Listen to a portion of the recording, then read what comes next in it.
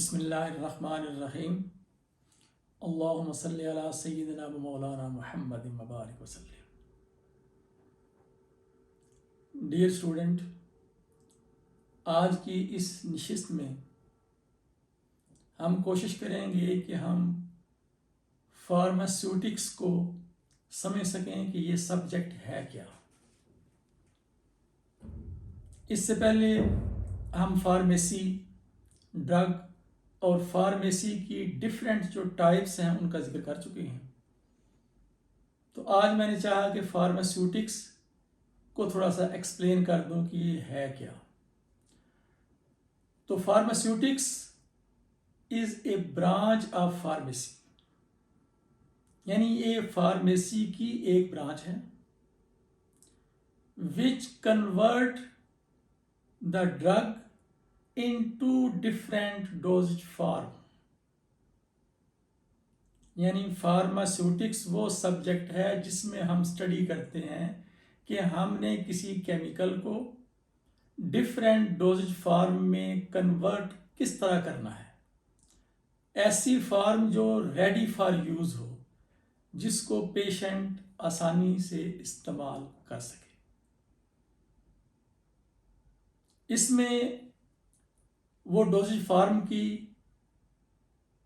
Manufacturing आ जाती है, यानी हमने उसको बनाना किस तरह है, उसकी क्वालिटी कंट्रोल कैसे चेक करनी है, उसकी क्वालिटी को अश्योर कैसे करना है, उसकी पैकिंग कैसे करनी, लेबलिंग कैसे करनी है, पैकिंग कैसे करनी है, उसके कंटेनर कैसे होंगे, उसको स्टोर कैसे करना है, उसकी मार्केटिंग कैसे करनी है। ये सारी चीज़ें जो हैं ये फार्मास्यूटिक्स के अंदर आ जाएंगी। यानी आप समझ लें कि जो इंडस्ट्रियल फार्मेसी है वो एक्चुअल सारा क्या है, वो फार्मास्यूटिक्स ही है। तो इसमें एक जिक्र ये हुआ है कि फार्मास्यूटिक्स में हम डिफरेंट डोजेज फार्म को तैयार करते हैं, किसी ड्रग को लेके उसकी डिफरेंट डोजेज फार्म बनाते हैं। तो इसको हम एक एग्जांपल से समझने की कोशिश करेंगे कि फ़र्ज़ किया हमारे पास एक आम ड्रग है जिसको हम कहते हैं पैरास्टामोल, वो हमारे पास मौजूद है। और पैरास्टामोल जो है ये वाइट कलर की क्रिस्टल होती हैं, क्रिस्टलाइन पाउडर होता है ये, और इसका टेस्ट बिटर होता है। और अगर हम चाहें कि किसी मरीज़ को हम वो उसी केमिकल की शक्ल में पाउडर फॉर्म में हम किसी मरीज़ को दे दें तो वो मरीज़ उसको ले नहीं सकेगा। ये इसका बिटर टेस्ट है, ख़राब टेस्ट है, हो सकता है मरीज़ खाए और वोमिटिंग शुरू हो जाए। तो अब हम क्या करते हैं कि पाउडर की बजाय हम सोचते हैं कि हम इसको टैबलेट की शक्ल दे दें या कैप्सूल की शक्ल दे दें। उसमें क्या होगा कि उस टैबलेट के अंदर एक तो जितनी पैरास्टामोल हम चाहेंगे उतनी होगी, या कैप्सूल के अंदर जितनी हम मेडिसिन चाहेंगे हम उतनी उसमें फिल कर देंगे। मरीज को ये नहीं करना पड़ेगा कि बार बार उसका वे करे और देखे कि ये इतना, ये मेरी 500 मिलीग्राम डोज है, 500 मिलीग्राम होगी या नहीं हुई। तो हम उसको टैबलेट की शक्ल में दे देंगे और उसको खाना भी आसान होगा कि मुंह में रखेंगे, पानी पिएंगे, वो टैबलेट जो है वो अलग से उतर जाएगी। तो इसमें आसानी है। लेकिन बाज़ वक़्त ऐसा होता है कि हम पैरास्टामोल ही देना चाहते हैं पेशेंट को, लेकिन वो पेशेंट जो है वो कम उम्र है, एक चाइल्ड है जो टैबलेट नहीं ले सकता, जो कैप्सूल नहीं खा सकता। तो उसके लिए फिर क्या करते हैं, हम उसको टैबलेट की बजाय लिक्विड फॉर्म में पैरास्टामोल बना देते हैं, यानी उसको सस्पेंशन की शक्ल में बना देते हैं, एलिक्सर की शक्ल में बना देते हैं, और वो फिर बच्चा आसानी से उसको ले सकता है।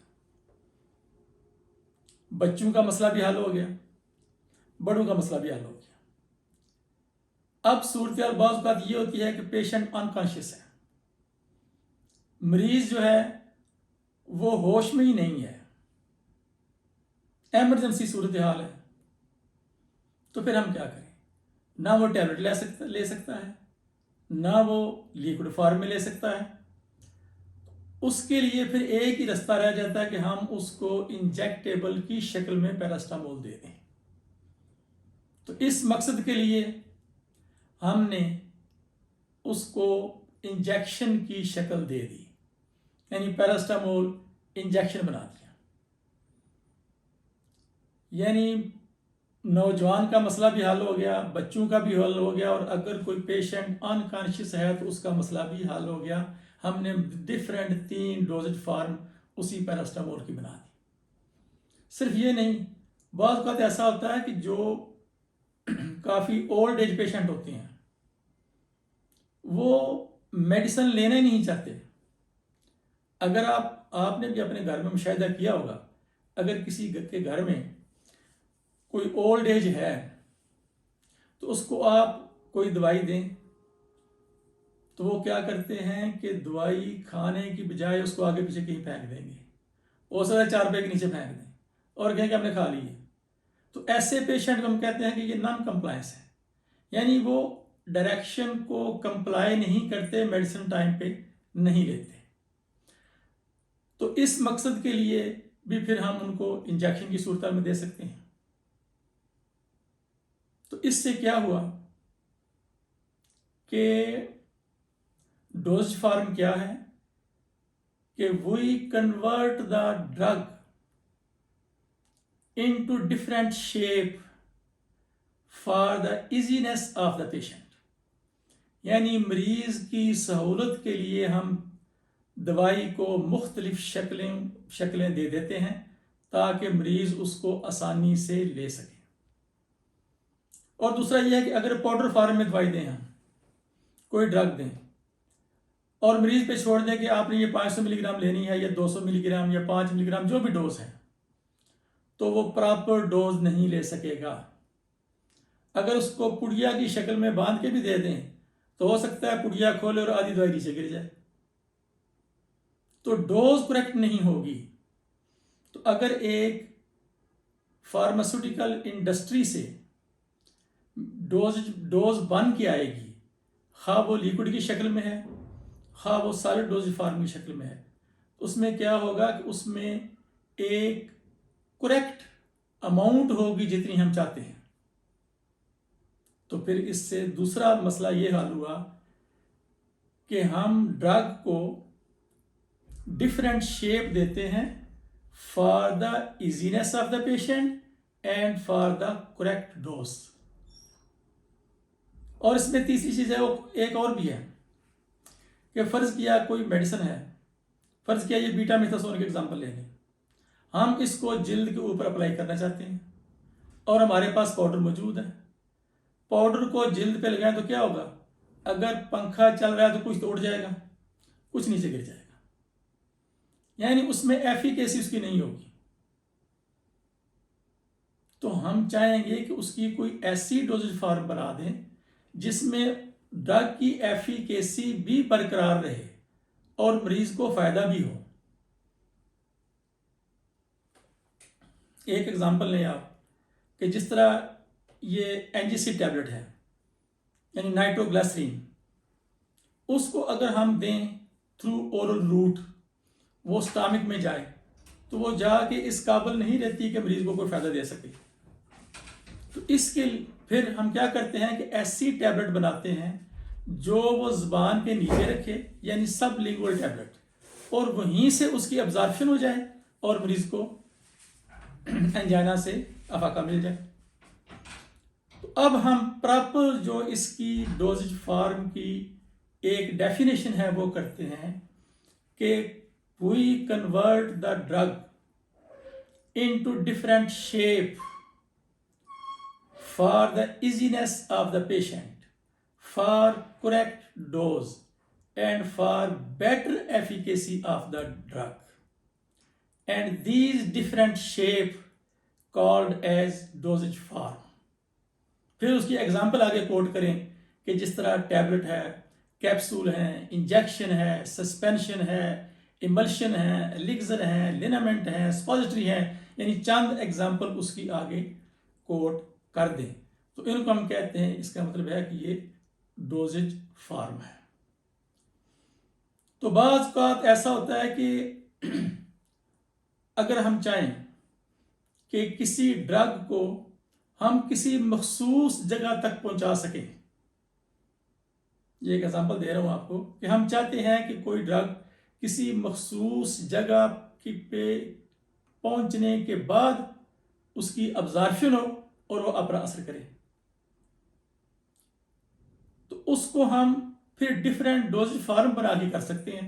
अगर पाउडर देंगे तो वो तो स्टमक में जाएगा, स्टमक में जाके वो वहाँ पे हल हो जाएगा, उसकी अब्जॉर्प्शन शुरू हो जाएगी। तो जिस तरह आप देखते होंगे कि अक्सर डाइक्लोफेनेक टैबलेट उसके ऊपर लिखा होता है कि डाइक्लोफेनेक एंटेरिक कोटेड, तो इसका मतलब होता है कि ऐसी डाइक्लोफेनेक टैबलेट जो कि स्टमक के अंदर डिसइंटीग्रेट नहीं होगी, डिजॉल्व नहीं होगी, वो यूं ही इंटेस्टाइन के अंदर पहुंचेगी, वहाँ पे जो मीडिया है वो एल्कलाइन होगा, वहाँ पे उसकी कोटिंग जो है वो ब्रेक होगी, वहाँ पे उसकी डिसइंटीग्रेशन होगी, वो डिजॉल्व होगी और उसकी अब्जॉर्प्शन हो जाएगी। तो इसलिए अब ये वाज़ेह हो गया कि ये डिफरेंट डोज फार्म बनाई जाती हैं, ये for the easiness of the patient होती हैं, फॉर द करेक्ट डोज होती हैं और for the better efficacy of the drug होती हैं। तो अब मेरा ख्याल है कि आपको ये वाज़ेह हो गया होगा कि फार्मास्यूटिक्स में हम क्या पढ़ते हैं। तो फार्मास्यूटिक्स यही है कि ड्रग को हम डोजेज फार्म में कन्वर्ट करते हैं। तो इंशाल्लाह आइंदा इसके बाद नया लेक्चर आएगा। ओके, अल्लाह हाफिज़।